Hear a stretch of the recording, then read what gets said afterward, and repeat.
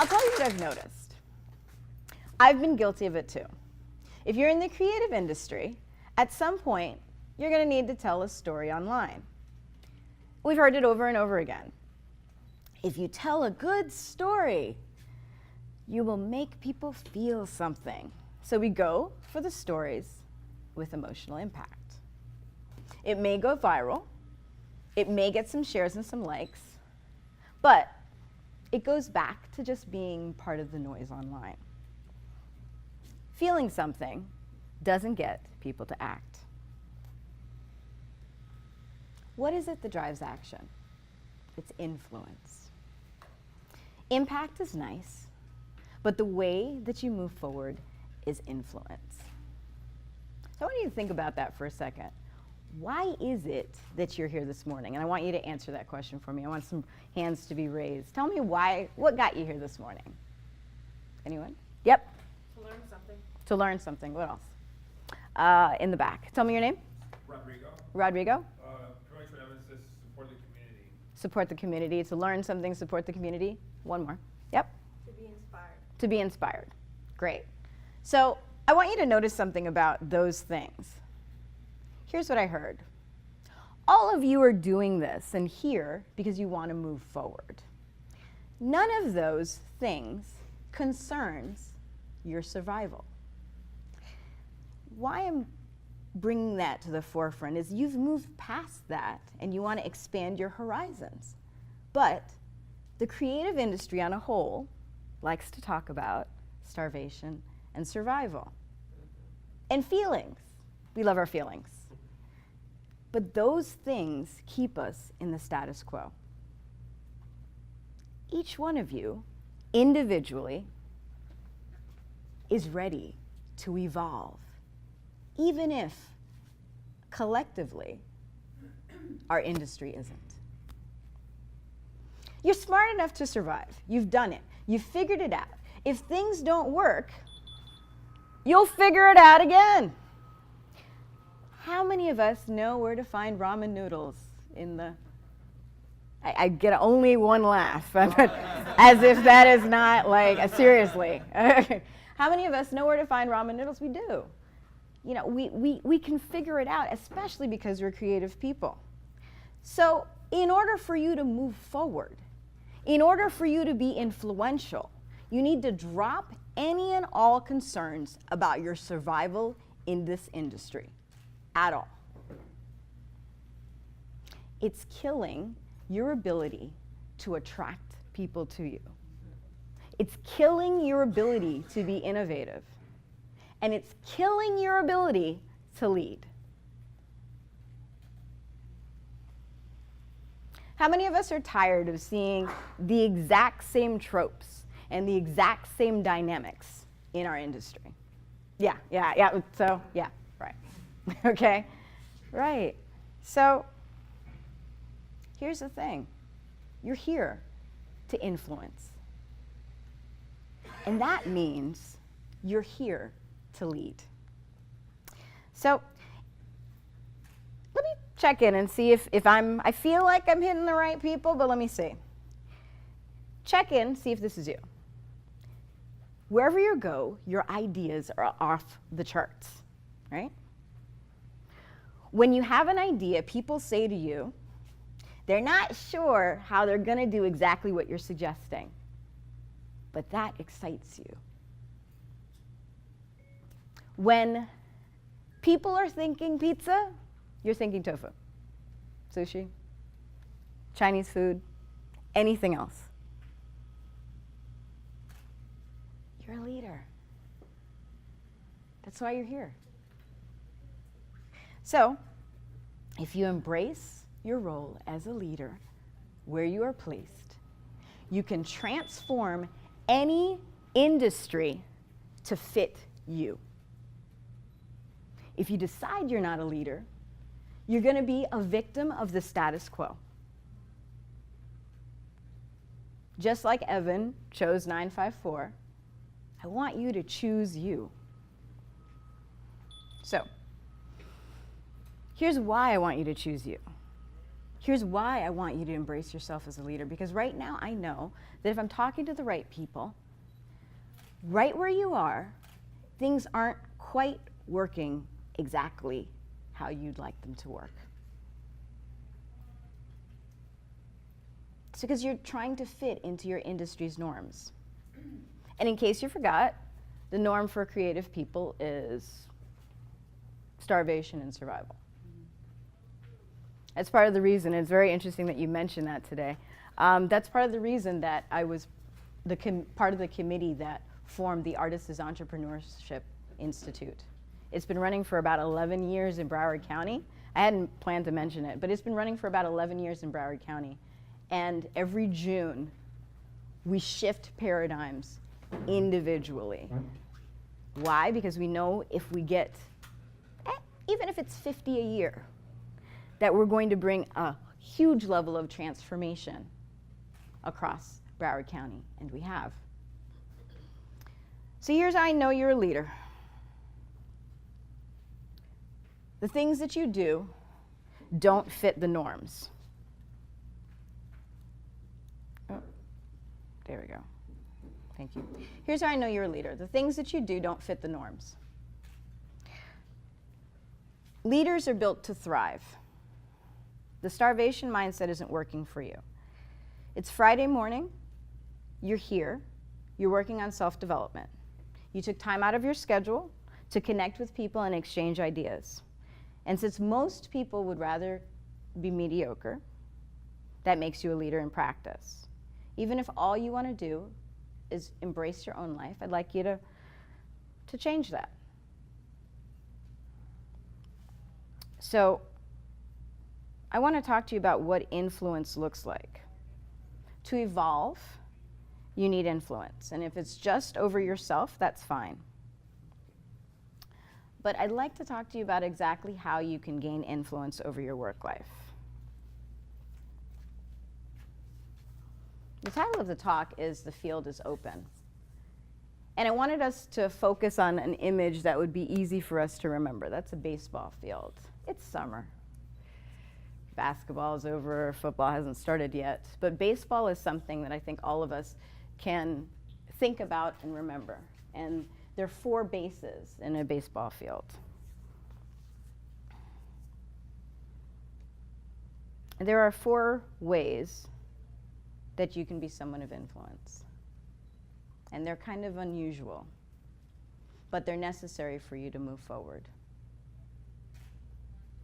They are the exact opposite of what someone who's interested in survival is going to do. And so it's necessary, as I said in the beginning, for you to drop any and all concerns about your survival in this industry. And this is for any industry. So, number 1, for you to get a base hit, you're going to have to give. And you're going to have to give joyfully. Let me tell you where this comes from.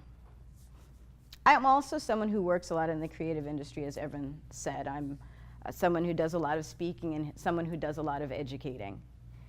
And I work in a field that shouldn't be competitive, but it is. And a lot of that is because people are concerned about their survival.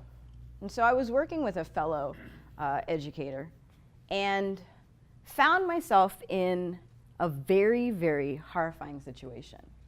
This person was backbiting. This person was someone who I couldn't trust.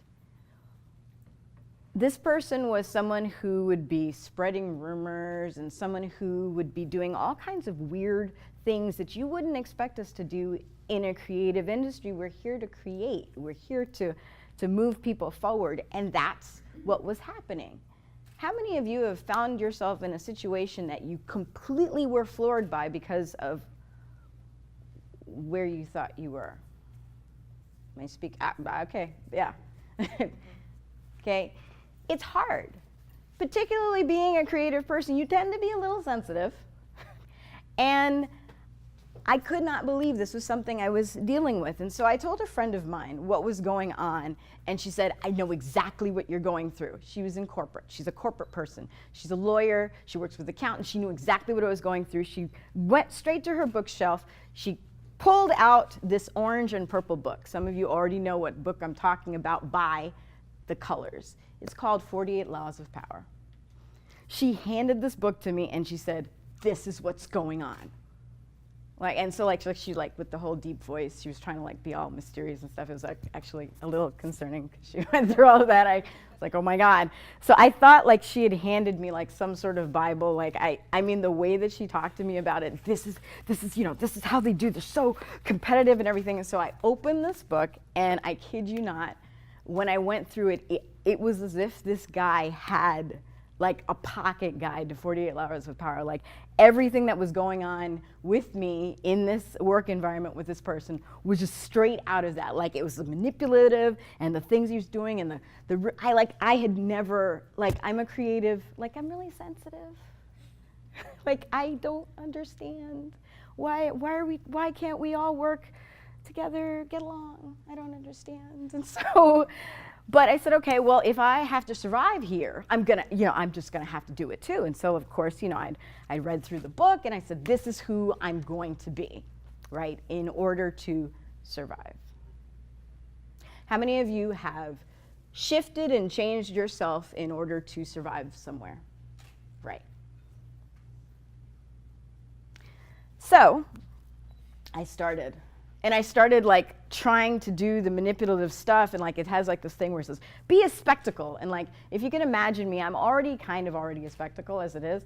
And if you can imagine me trying to be more of a spectacle at work, it is the strangest, weirdest thing.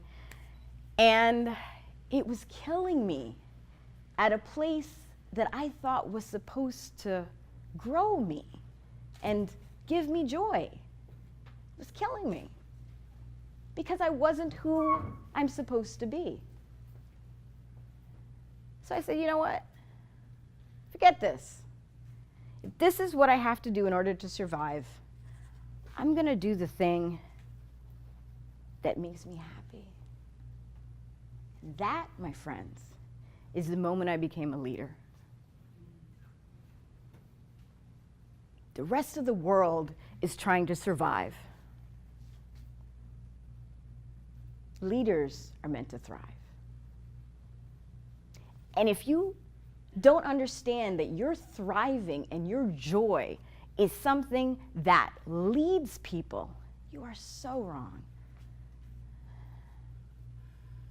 Your joy leads people, even less than your talent. So I threw it away. So I can't even do this.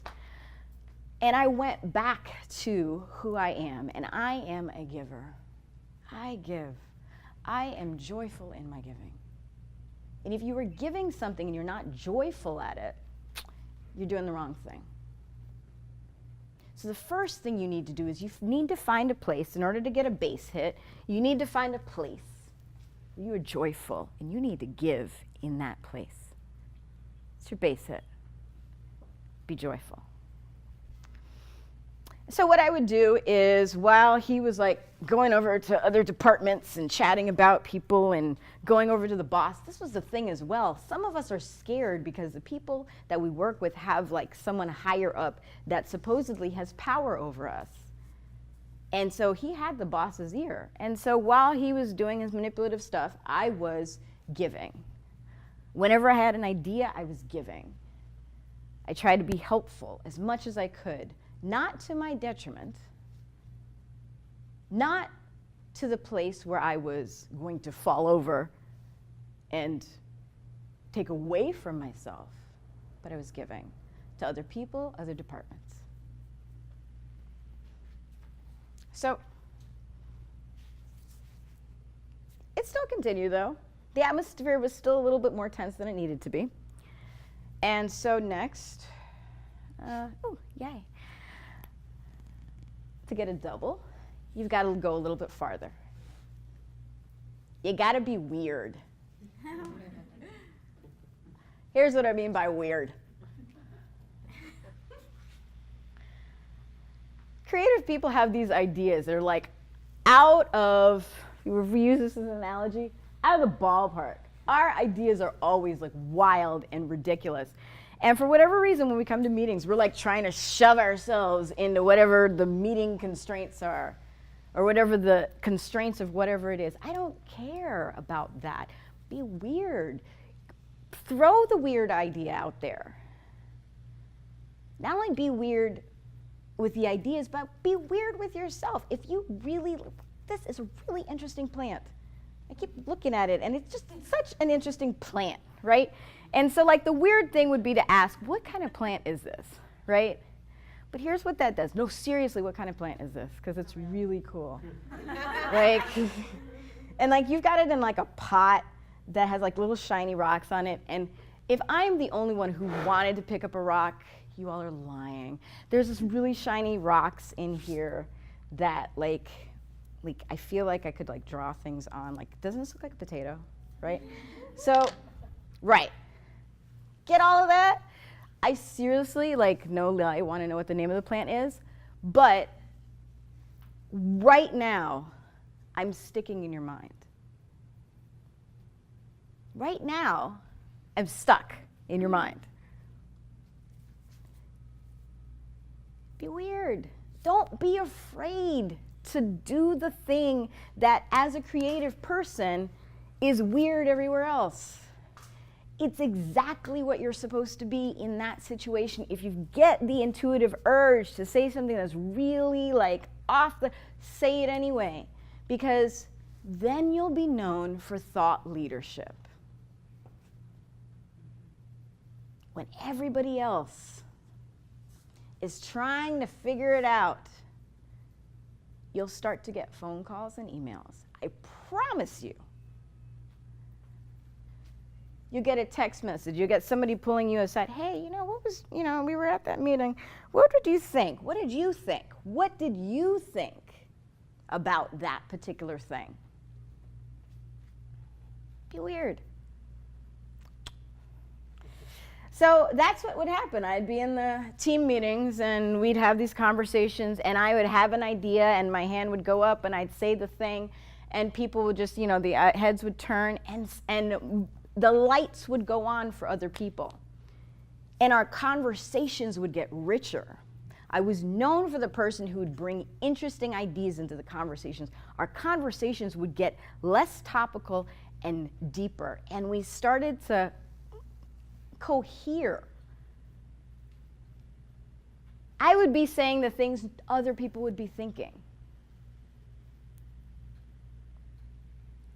Thought leadership is valuable.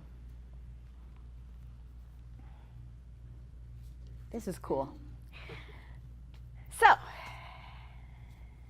it was interesting. The backbiting continued. In fact, it got a little bit more feverish. Because what tends to happen is people, as they see you, any kind of action, game action, you know this, as they see you coming around here, they know you're close to, what, getting a score, right? Right? They know you're close. You need to know that too, and you need to keep your vision, and that's fine. But the people who are playing the game and on the field and who are on the bases are not concerned with, oh, that was cool. Are not concerned with, thank you, I don't know what, that was cool. Are not concerned with what's going on the field. You get me? Like they're not, the people on the bases aren't like looking at what's going on in the stands. They're not really focused on that. What are they focused on? They're focused on what their team member is doing so that they can move around and get towards home, right? You're not concerned with the random conversations that are around you in the workplace. You're concerned with getting your job done so you can score, right? Okay, so the next part of what you're here to get that triple, okay? And this is a hard one. Tell the truth. Everyone's lying in our industry. Lying. Lying liar faces. We're lying. We're all lying. We're all full of crap. Okay? We're lying liar faces. And so here's the thing. When you tell the truth, you are going to be like, what? You tell the truth when you feel safe and secure. When you feel like your vulnerability isn't going to matter. You get me? And when people see you telling the truth, they're going to be like, wow, she feels powerful. She's not hiding the fact that I made so many mistakes. This is where this is coming from. In that whole situation that was going on, I was making mistakes. And under normal circumstances, if you have someone who's backbiting at your job, you're going to want to try to hide those mistakes, right? You're going to be like, okay, well, no, because if he finds out that I just did this, he's going to go tell the boss, and then I'm going to like get fired or whatever. Right? No, I was like loud. I was like, oh my gosh, I sent out an email that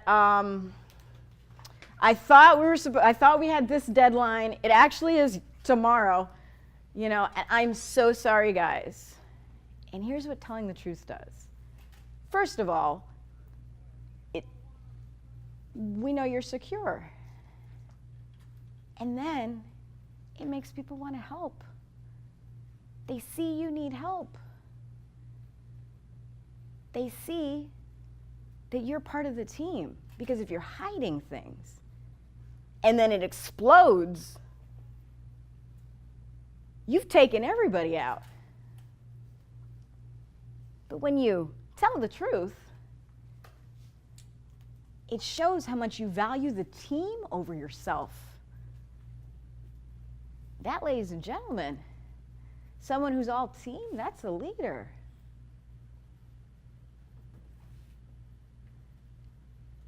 That's your triple. So now, that home base is in sight for you, right?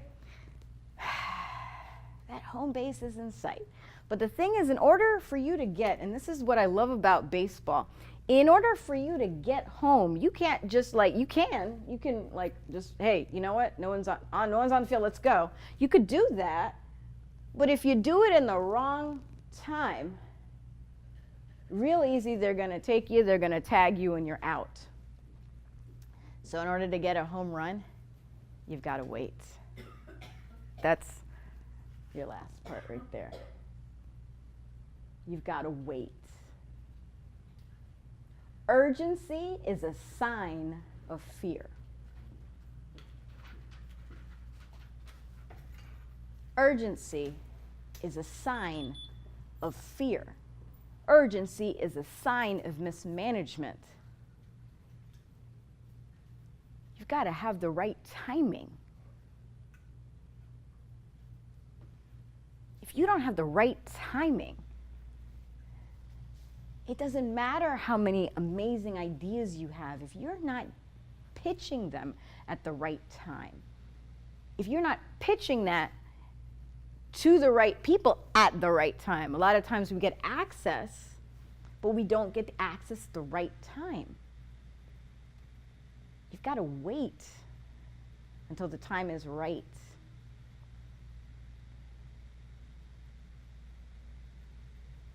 And so that played out in this way. There were a lot of opportunities that came up for this particular guy, and because he had been doing everything, he'd been trying to, get in this direction and get in with this department, and if I was doing the stuff before 48 laws of power, that kind of stuff, I would have been trying. My actions would have been right behind his. My actions would have been reactive. What I knew how to do was tell a story. And so what I looked for were the opportunities that made sense for me, the opportunities to raise their profile for me. That's part of how I got to South by Southwest. An opportunity that fit me, that I was prepared for, not only that fit me, that I was prepared for, opened up. And with ease, I stepped into it. Because I was ready. I had done my preparation.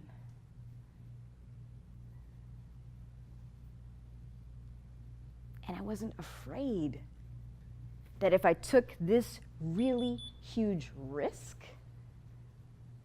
because it's a risk, that was a monster risk. I wasn't afraid though. Creative people cannot be afraid. We have to be bold, but we've got to be relaxed in our boldness because we're very powerful. That's where that came from. And so, yeah, I waited. And so getting through that year meant, yes, I was able to speak at South by Southwest. I was one of the, one of like 5 people from Broward County at a conference of over 10,000 speakers. Not to mention 100,000 global attendees. I won an award that year. That was the craziest thing for me. Like after all of that stress, that somehow, after all of that stress, I won an award for the work that I do. But it's because I leaned back, not lean in. Like I know that's a lot of conversation, lean in. Lean back. Leaning back is resting in who you are. I leaned back into who I am. And I embraced it. So yeah, I hope you get to hit a home run with your work. What I'm hoping you can do today, right this moment, keep that image in mind for yourself. And what I'm hoping that you do is you embrace your role as a leader in the creative industry, because that means that you can be the person to transform the industry to fit you.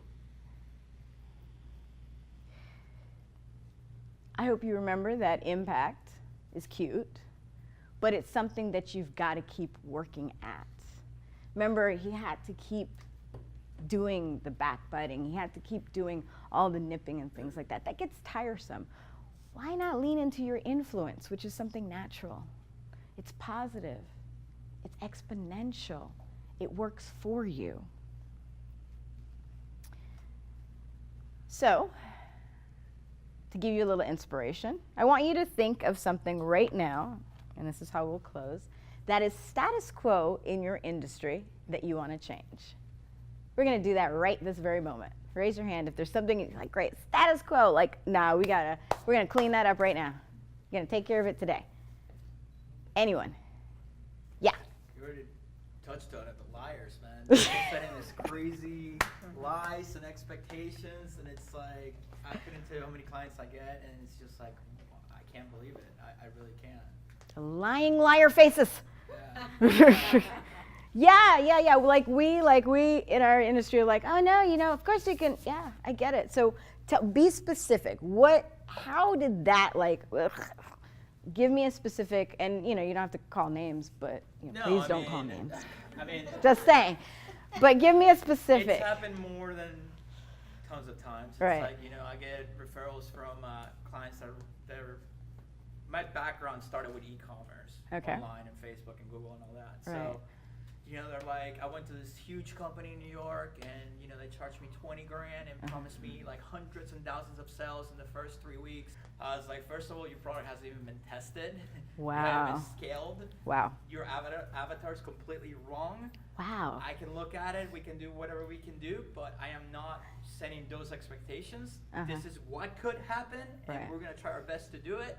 And if it flies, and if it doesn't, it doesn't. But we can't work magic, Okay. We can't sell something that people don't want, basically. Right.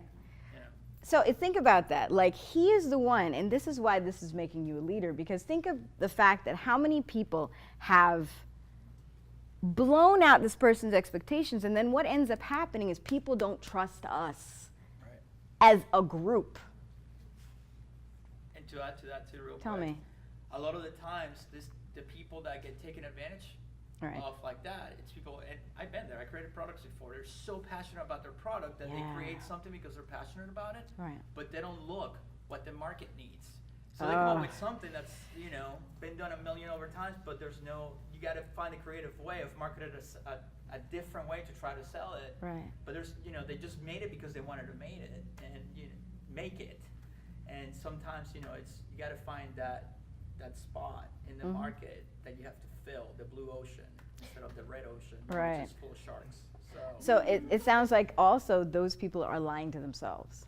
So if you're making something that's great for you, but there's no market for it, so you being a truth teller, and this is how we can fix this. If it's just us in the room, and what's great about just us in the room is then automatically that makes you leaders.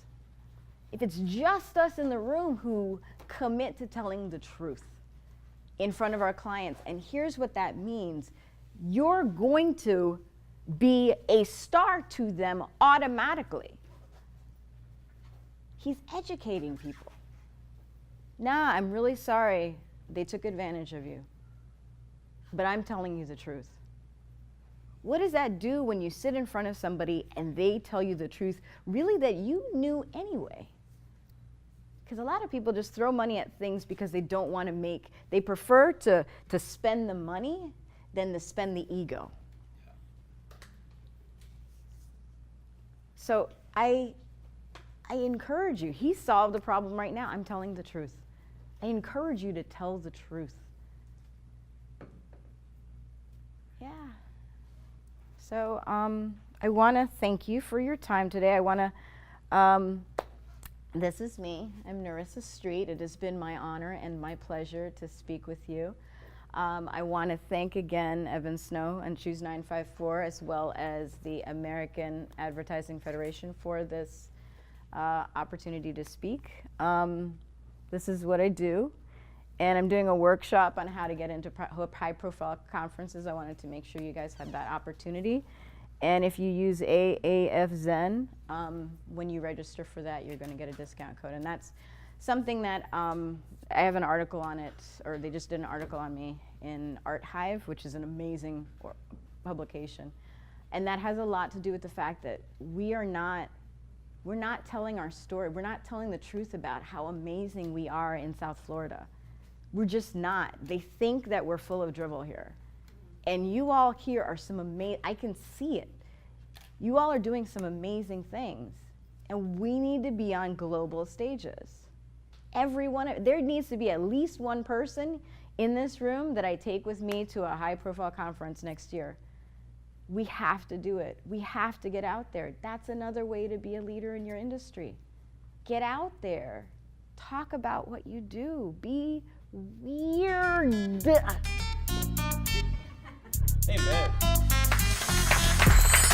Thank you.